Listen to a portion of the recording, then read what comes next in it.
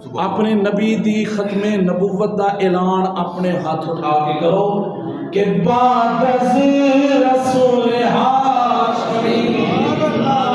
یہ تو عقیدہ ہے نا آپ مسلمان کا، اس میں تو کوئی دوسری بات ہی نہیں نا کہ نبی پاک اللہ کے آخری نبی ہیں۔ قرآن کی کتنی آیتیں پڑھ دی، نبی پاک کی حدیثیں سنا دی آپ کو۔ اب شعر بھی پڑھ رہا ہوں کہ آپ کا ذوق بھی پورا ہو جائے، ہماری طرف سے اعلان بھی ہو جائے کہ جن لوگوں نے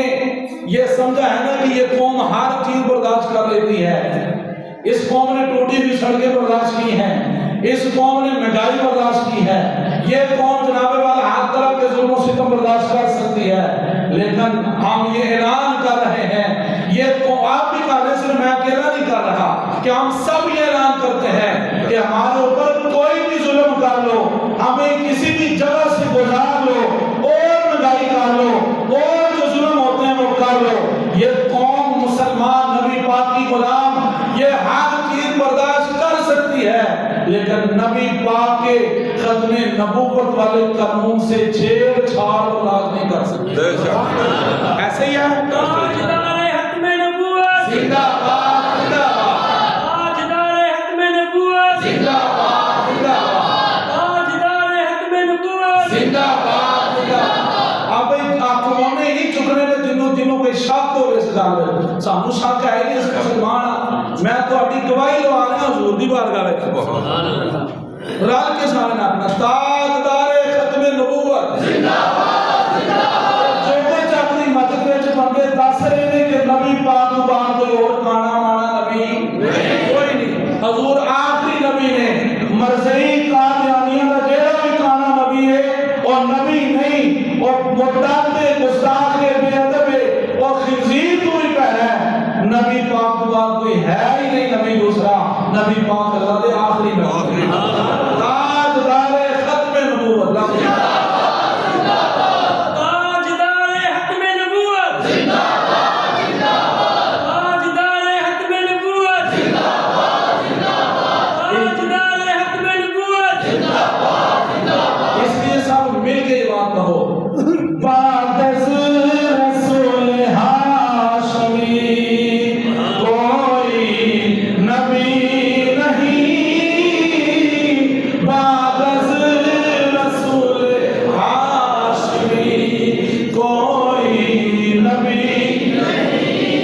ایمان سے بتاؤ، میں اپنی کرسی اٹھا کے سپریم کورٹ کی عدالت کے باہر رکھ لوں، کوئی اور رکھ لے اور اٹھ کے کہیں کہ لو جی میں یہاں پر جج ہوں، میں اپنی عدالت قائم کرتا ہوں، تو مجھے بتاؤ توہین عدالت ہوگی یا نہیں ہوگی؟ کہ ایک بندہ سپریم کورٹ کو نہیں مان رہا، عدالت کو نہیں مان رہا، اپنی عدالت لگائے بیٹھا ہے، قانون حرکت میں آئے گا،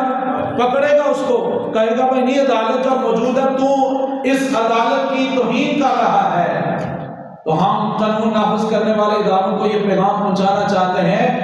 سپریم کورٹ کے باہر، بڑی عدالت کے باہر کوئی اپنی عدالت لگا کے بیٹھ جائے تو تم اس کی عدالت نہیں مانتے ہو، کہتے ہو یہ توہین عدالت ہے، تو پھر کان کھول کر سارے سن لو کہ نبی پاک کے قانون سے چھیڑ چھاڑ یہ توہین رسالت ہے۔ تمہیں اگر توہین عدالت برداشت نہیں ہوتی،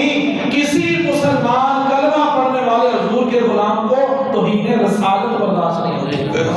یہ جو فیصلہ سپریم کورٹ کی طرف سے مرزیوں قادیانیوں کے ہاتھ میں آیا ہے، ہم ادب کے ساتھ پرزور مطالبہ یہ کرتے ہیں، اور ہمیں بالکل کسی سیاسی جماعت کے ساتھ اس معاملے میں نہ جوڑا جائے۔ لوگوں کے سیاسی مقاصد ہوتے ہیں، وہ کسی مذہبی بات کو بھی اس انداز میں، اس اینگل میں لیتے ہیں۔ ہم اعلان کر رہے ہیں ہمارا کسی ایسی سیاسی جماعت کے ساتھ کوئی معاملہ نہیں، ہم خالصتاً اپنے عقیدے، اپنے قرآن، اپنے نبی کی عزت و ناموس کے لیے یہ بات کر رہے ہیں کہ کسی مسلمان کو یہ برداشت نہیں ہے کہ مرزیوں قادیانیوں کے لیے راستے ہموار کیے جائیں، کسی صورت یہ بات برداشت نہیں ہے، کیونکہ ہمارے قرآن نے ہمیں بتلایا ہے، ہمارے نبی پاک نے ہمیں بتلایا ہے کہ نبی پاک آخری نبی ہے، حضور کے بعد کوئی نبی نہیں ہے جو قانون میں جو لکھا گیا ہے قادیانی قانون پاکستان آئین پاکستان کے اندر بھی کافر ہیں مرتد ہیں، وہ اپنی مسجد کو مسجد نہیں کہہ سکتے، وہ اپنی عبادت کو نماز نہیں کہہ سکتے، وہ اذان کو اذان نہیں کہہ سکتے، کیونکہ وہ بدترین کافر ہیں۔ پچھلے جمعے میں نے اشارتاً ایک دو بات یہ آپ کو سمجھا دی تھی کہ وہ اس لیے نہیں ہے ان کے لیے یہ بات کہ وہ اپنے آپ کو وہ مسلمان کہتے ہیں اور ہمیں وہ کافر کہتے ہیں، اور لگے ہاتھوں میں صرف یہ بات ایک صرف اپنی غیرت جگانے کے لیے، ہم سب کی غیرت جگانے کے لیے۔ قادیانی مرزائی پتہ کیا کہتے ہیں؟ کہتے ہیں جو ہمارے مرزا غلام احمد قانی کو نبی نہیں نہ مانتا وہ کنجریوں کی اولاد ہے برداشت کسی کو یہ بات؟